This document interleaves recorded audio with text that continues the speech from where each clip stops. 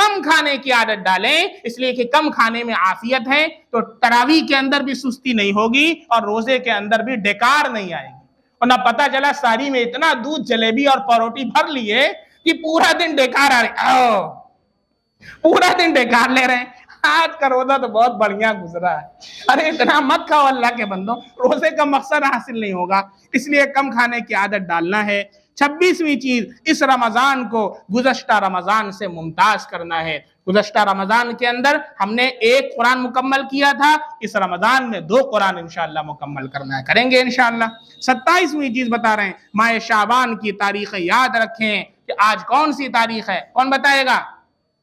آج ماہ شعبان کی کون سی تاریخ ہے؟ ہاں دیکھیے حافظ صاحب نے بتا دیا، مغرب کے بعد سے تاریخ بدل جاتی ہے۔ جمعہ میں ہم نے بتایا تھا 19واں شعبان، اور اب کیا ہو گیا؟ 20واں۔ تاریخ کو یاد رکھیں، یہ فرض کفایہ ہے، اسلامی تاریخ ہے۔ 29ویں شعبان کو چاند دیکھنا ہے، اور چاند نکل آ جائے گا تو ہمیں رمضان چاند دیکھنے کی دعا پڑھنا ہے، اللہم اہلہ علینا بالیمن والایمان والسلامت والاسلام والتوفیق لما تحب وترضى ربی وربک اللہ، اور تراویح شروع کر دینا ہے اور اگلے دن سے روزہ رکھنا ہے۔ 28ویں چیز ہے، مالی حقوق سے متعلق مسائل سیکھیں، جس کے مسائل مال ہمارے ہاں باقی ہے، حق باقی ہے، اس کا کیا مسئلہ ہے، اسے جلد از جلد لوٹا دیں۔ 29ویں چیز ہے، رات جلدی سونے کی عادت ڈالیں، ادھر ادھر کے اندر اپنا وقت نہ گزاریں۔ اور 30ویں چیز ہے، دعاؤں کا اہتمام کریں۔ اللہم بارک لنا فی رجب و شعبان وبلغنا رمضان۔ دوسری دعا بتائی تھی، اللہم سلمنی لرمضان وسلم رمضان لی وسلمہ متقبلا۔ ان 2 دعاؤں کا خصوصی اہتمام کریں، اور اللہ سے جو بھی اپنی حاجات ہے اسے اللہ سے مانگیں۔ اللہ رب العزت ہم سب کو رمضان کا خوش اسلوبی کے ساتھ استقبال کرنے کی توفیق عطا فرمائے۔ سبحان اللہ بحمدہ، سبحانک اللہم بحمدک، اشہد ان لا الہ الا انت، استغفرک واتوب الیک۔ سبحان ربک رب العزت عما یصفون، وسلام علی المرسلین والحمد للہ رب العالمین۔